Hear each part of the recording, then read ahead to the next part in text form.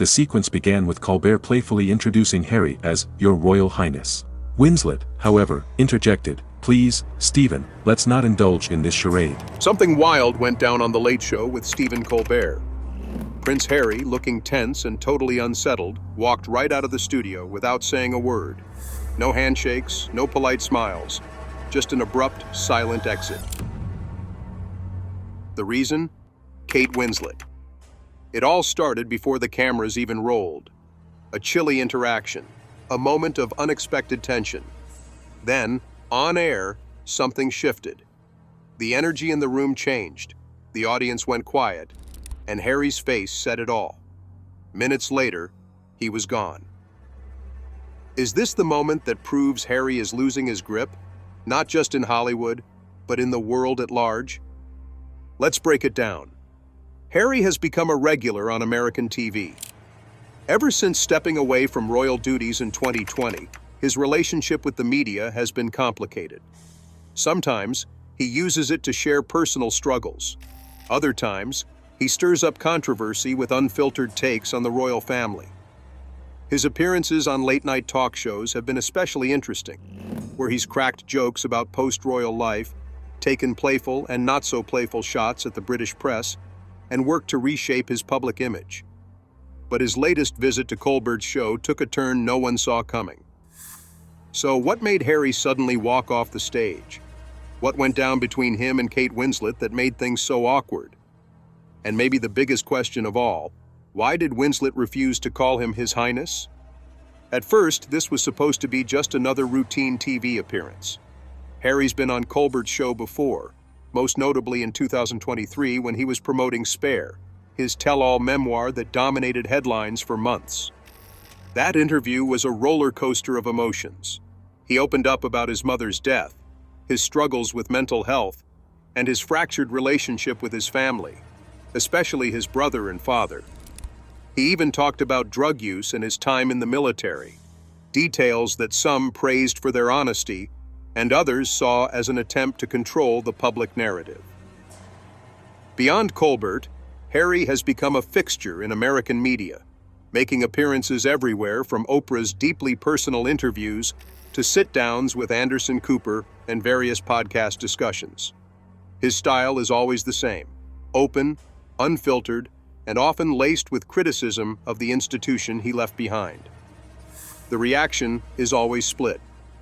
His supporters see him as someone reclaiming his own story and exposing the truth about royal life. His critics accuse him of oversharing and cashing in on his grievances. But no matter where people stand, one thing is clear. Harry knows how to make headlines. Since stepping back from royal life, he and Meghan have made some big moves in the media world. Their massive deals with Netflix and Spotify were seen as game changers at first, but lately, there's been talk that their brand is losing steam. Their much-hyped Spotify deal ended sooner than expected, with insiders saying their content didn't quite hit the mark. Their Netflix projects had a strong start, but have struggled to stay relevant in an industry that moves fast. That sparked a bigger conversation. Where does Harry really stand in Hollywood? In the beginning, he and Meghan were welcomed as fresh voices, unafraid to challenge the system. But as time has gone on, some in the industry have started to pull back, wary of the ongoing drama that follows them. Are they carving out a space as independent public figures, or are they still being defined by the royal ties they left behind? Those were the questions hanging in the air as Harry sat down with Colbert once again. The audience expected the usual mix, sharp humor, a few self-deprecating jokes, and maybe a headline-worthy comment about the royal family. But what they got was something completely different.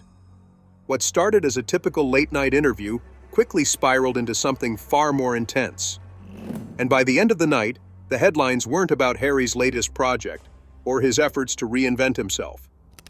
They were all about the moment everything changed. Something had happened. And by the time the cameras stopped rolling, Harry was already gone. Something truly unexpected and downright awkward happened on the set of The Late Show with Stephen Colbert. The kind of moment that even the most seasoned media insiders didn't see coming. Prince Harry, a man who has spent his entire life in the spotlight, suddenly got up and walked off set, his frustration barely contained. No polite goodbyes, no attempt to smooth things over, just a sharp exit that left everyone stunned. But this wasn't just a case of a celebrity losing their cool. The reason? Kate Winslet. It all came down to one simple thing. Winslet refused to call him His Highness. Now at first that might not seem like a big deal. A Hollywood actress choosing not to use a royal title? Hardly shocking. But this was different. This wasn't just a casual slip or an oversight. It was deliberate, calculated, and loaded with meaning. In that one moment, it became clear just how deep the divide really is between Hollywood and British royalty, between old-world traditions and modern attitudes, between inherited privilege and real hard-earned success. But what exactly happened that night? Why did a few words seem to shake Harry so much? And most intriguingly, what was said between him and Winslet off camera that sent him over the edge? The tension between them didn't start on that stage. In fact, things had already been off before the cameras even started rolling. According to sources, Harry had actually requested a private meeting with Winslet in the green room before the show. Now, this isn't unusual. Guests often meet before taping to break the ice, share a few words, or even coordinate any common topics they might bring up. Given Winslet's legendary status in Hollywood and Harry's increasing efforts to build his place in the industry, you'd think a friendly chat would have been on the cards. But Winslet said no. No explanation, no alternative time, no attempt to soften the rejection. Just a flat-out refusal. On its own, that might not seem like much. Celebrities have their own pre-show routines, and many prefer to keep to themselves before an interview. But this wasn't just any two guests sharing a stage. This was Harry, someone who has spent years trying to redefine his public image, and Winslet, an actress who has never been particularly impressed by royalty. Some believe Winslet's refusal wasn't random. It was a quiet but clear rejection of the status Harry once held. Unlike some Hollywood figures who still seem fascinated by the royals, Winslet has always been vocal about power structures, class privilege, and the idea that fame should be earned, not simply handed down. To her, Harry's presence in Hollywood might not carry the weight he thinks it does. Others think Winslet was just being careful, keeping her distance to avoid any headlines that might drag her into royal drama. She's always been selective about who she engages with publicly, and the last thing she'd want is to find herself caught in a media storm over something as trivial as a backstage conversation. But Harry wasn't having it. Insiders say he was clearly irritated after hearing that Winslet had turned down the meeting. One source described him as noticeably tense, pacing around backstage, his usual charm nowhere to be seen. And if he was already feeling uneasy before the cameras started rolling, what happened next only made things worse. Once the show kicked off, Harry seemed fine at first. He smiled, laughed, and kept things light, playing along with Colbert's usual late-night banter. They started with easy topics: his life in California, the differences between British and American culture, and his latest projects. Then came the jokes. Colbert, known for his sharp wit, couldn't resist poking fun at Harry's new life outside the palace. So, California, no more royal duties, no more formalities. What's the biggest adjustment? Not having someone carry your tea around? The audience cracked up. Harry grinned and played along, delivering a smooth comeback. I actually make my own tea now. No royal servants required. It was exactly the kind of fun, media-friendly exchange he had mastered over the years. But things wouldn't stay light for long. Then, just as things seemed to be rolling along, Winslet walked onto the stage. The crowd erupted, welcoming the legendary actress with roaring applause. Colbert, always quick with a quip, saw the perfect setup for a memorable moment. Flashing a grin, he said, "Well, look at this! Titanic royalty meets actual royalty." It was supposed to be a harmless joke, just another lighthearted comment. But as soon as the words left Colbert's mouth, something shifted. Winslet's expression changed, and without skipping a beat, she responded, "I think we're all equals here, aren't we?" The room fell silent. There was no hostility in her voice, no trace of malice, just a calm, matter-of-fact delivery. But the weight of those words was impossible to ignore. Harry's face tightened. The crowd, sensing the sudden change in atmosphere, stopped laughing. Was Winslet throwing a subtle jab at him? Or was she simply stating what she has always believed, that titles and birthright don't hold any real significance in the grand scheme of things? But what happened off-camera was even more intriguing. During the commercial break, multiple sources claim Harry leaned in and spoke to Winslet. Witnesses described it as brief, but intense. Some say his expression was sharp, his tone clipped, like a man holding back frustration. What exactly was said between them is still a mystery, but theories quickly surfaced. One possibility? Harry directly asked if she had meant to insult him. If that's the case, it suggests that Winslet's words hit deeper than he let on. Another theory? Winslet stood by her statement, refusing to backtrack. According to those nearby, she remained calm, unbothered, even as Harry's demeanor grew more tense. For the first time, Harry wasn't being treated as a prince, just another guest in the room. And if his reaction was anything to go by, he wasn't quite prepared for that. What happened next took everyone by surprise. Moments after that exchange, Harry did something no one expected. He walked out. No lingering to chat with Colbert. No casual goodbyes to the crew. No backstage selfies or media-friendly moments. Just a swift, silent exit. For the production team, this was unheard of. Even when guests faced tough questions or unexpected on-air tension, they usually stick around afterward. It's part of the unspoken routine. Shake hands, exchange a few words, maybe even laugh off the awkwardness. But not this time. While Harry disappeared from the studio, Winslet remained.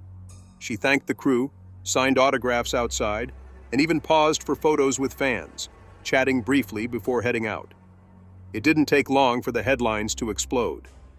Kate Winslet stays cool as Prince Harry walks out. Winslet holds her ground while Harry storms off. A royal versus a Hollywood icon. The story was being written before Harry even had a chance to respond. And then, social media took over. Within minutes, the clip of Winslet saying, "I think we're all equals here, aren't we?" went viral. Debate erupted online, with opinions split right down the middle. On one side were Harry's supporters, those who saw Winslet's remark as a deliberate snub, a pointed way of diminishing his title and status. Many argued that whatever people thought of him, refusing to acknowledge his royal identity was unnecessary. After all, it wasn't like he asked to be born into this life. Whether he stepped back from official duties or not, his identity as the Duke of Sussex remains. To them, Winslet's words weren't just about equality. They were personal. But on the other side of the debate, Winslet's defenders were just as vocal. To them, this moment wasn't really about Harry at all. It was about what he represents. Why, in this day and age, should anyone be expected to treat royalty with special deference? Should a title alone determine someone's place in the world? If Harry has worked so hard to step away from the monarchy and be treated like everyone else, why should anyone, especially Winslet, be obligated to uphold the traditions of an institution he himself has distanced from? For those in her corner, her words weren't an attack. They were a much-needed reality check.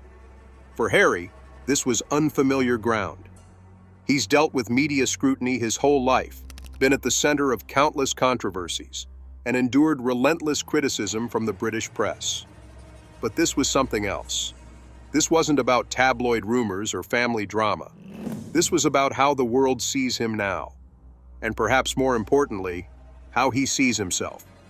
Because no matter how carefully he has tried to shape his narrative, no matter how many interviews, documentaries, or public statements he's made, this moment exposed an uncomfortable truth. The world isn't sure where he belongs anymore. And maybe deep down, neither is he. Hollywood's relationship with royalty has always been complicated. There was a time when simply being a royal, any royal, was enough to command instant admiration. It didn't matter if they had any real political power, or if their title was purely symbolic. The mystique of monarchy was enough to make them the ultimate VIPs. But times have changed. To understand why, you have to go back to the one royal who truly captivated Hollywood, Diana. She wasn't just a member of the royal family. She was a global sensation. Unlike anyone before her, she managed to exist both within and outside of the monarchy. Her humanitarian work, natural charisma, and deeply personal struggles made her more than just a princess. She was a celebrity in her own right. And then, everything changed. The way she was treated by the press, her tragic death, and the worldwide grief that followed shattered the fairy tale illusion of royalty. Suddenly, the monarchy wasn't seen as an untouchable institution. The world stopped viewing royals as symbols and started seeing them as people, flawed, vulnerable, and all too human. And in many ways, that shift set the stage for everything that came after, including Harry's own journey. Because whether he realizes it or not, Harry is a direct product of that shift. His decision to leave royal life behind, move to the United States, and carve out a new identity beyond his title, it's all part of the same evolution that started with his mother. But has Hollywood fully embraced him? Not exactly. When Harry and Meghan first stepped away from royal duties, there was an undeniable buzz. What would they do next? How would they redefine themselves? Their Netflix and Spotify deals made headlines. Their interviews dominated the news cycle. And for a while, it seemed like they were positioning themselves as major players in media, philanthropy, and entertainment. But then, something strange happened. That initial fascination started to fade. Their Spotify deal ended with little fanfare. Their Netflix projects received lukewarm responses. And while their interviews still generated headlines, the excitement around them wasn't quite the same. Why? Because Hollywood plays by a different set of rules. Royalty is about lineage, tradition, and inherited status. Hollywood is about staying relevant, constantly reinventing yourself, and proving your worth. And right now, Harry is caught between those two worlds. He's not just another celebrity, but he's also no longer an active royal. He doesn't have the same duties as his brother. He doesn't hold a political position. By every definition, he's now a private citizen. And in Hollywood, where your value is measured by what you create, what you contribute, and what you bring to the table, the question is becoming harder to ignore. What exactly does Harry stand for now? Prince Harry has often spoken about the simple joys of life in the United States, things that most people take for granted, but for him, represent an entirely new kind of freedom. In a recent interview, he shared how much he enjoys being able to drop his children off at school, an everyday act so routine that most parents wouldn't give it a second thought. But for Harry, it's significant. It symbolizes the stark contrast between his past and present, a departure from the strict, highly controlled existence of royal life, where even the smallest public outing was a carefully choreographed event, scrutinized by the media, bound by centuries-old traditions, and accompanied by an ever-present security team. But the real question is, can Harry ever truly live as just another private citizen? No matter how much distance he tries to put between himself and his former role, no matter how much he insists that he's just like everyone else, his title follows him everywhere. He may have stepped back from royal duties, but in the eyes of the public, the media, and even Hollywood, he will never simply be Harry. He will always be Prince Harry. Would Netflix have offered him and Meghan a multi-million-dollar deal if he were just another veteran-turned-philanthropist? Would Oprah have given them a high-profile primetime interview if they weren't at the center of one of the most talked-about royal controversies in modern history?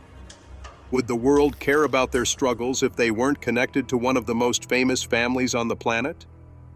These are the questions that make Harry's position so complicated, because while he may have stepped away from the monarchy, it remains the very reason he commands so much attention in the first place.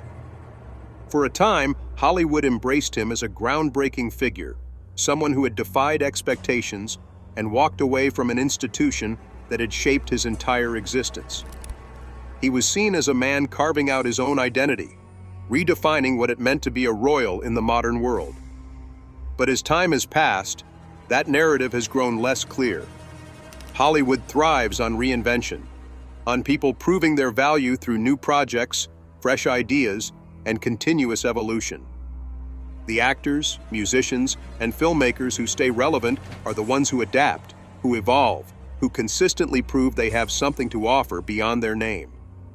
But Harry's reinvention is complicated by the fact that his entire public identity is still deeply tied to the one thing he claims to be moving on from. Does he truly want to be seen as just another person, on equal footing with everyone else?